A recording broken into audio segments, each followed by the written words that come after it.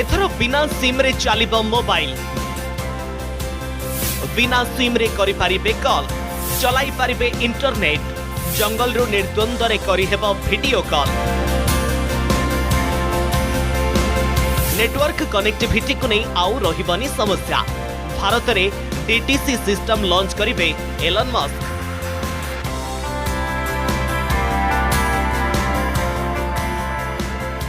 Train रे जिबा बेले किंबा दुर्गम अंचल रे थिबा समय रे आपण वॉइस कॉल को नहीं अनेक समस्यार सम्मुखीन हेउथिबे, हेले एबे आपण घंच जंगल रे थिले भी सीधा बंधुंक सह एचडी वीडियो कॉल रे करि पारिबे वार्तालाप।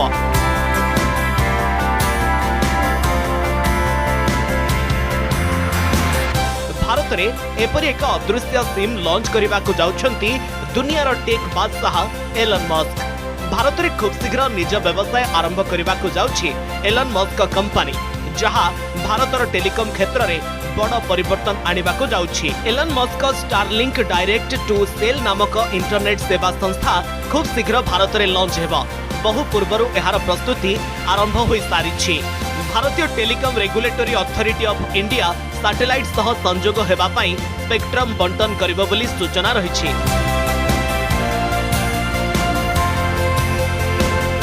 आसंता 2024 डिसेंबर सुधा एहार समस्त प्रक्रिया सरिबार योजना प्रस्तुत करा जाइछि। भारत रे एहार सेवा आरंभ करिबा पई अक्टोबर रे एलन मस्क कंपनी आवेदन करिथिला। स्टारलिंक व्यतीत जियो, एयरटेल, अमेजन भली अन्य कंपनी गुड़िक मध्य एही दौड़े अछंती। वर्तमान एही इंटरनेट सेवा विभिन्न देश रे चालू रहिछि। एथिरे पारंपरिक मोबाइल किंबा सिम कार्ड उपरे निर्भर न करी हाई स्पीड इंटरनेट एवं कॉलिंग क्षमता प्रदान करिथाय। कंपनी एहार प्रतियोगी मानक ठारू उन्नत सेवा प्रदान करिबो एवं भारतीय टेलीकॉम क्षेत्र रे एक बड़ गेम चेंजर हेबो बोली आकलन करा जाउछि। ए टेक्नोलोजी माध्यम रे एका सांगरे लक्ष लक्ष डिवाइस को सैटेलाइट सह संजोग करि हेबो। लॉजिस्टिक, कृषि एवं रिमोट मॉनिटरिंग सह जरूरी कालीन परिस्थिति रे अनेक फायदा जोगाइबो।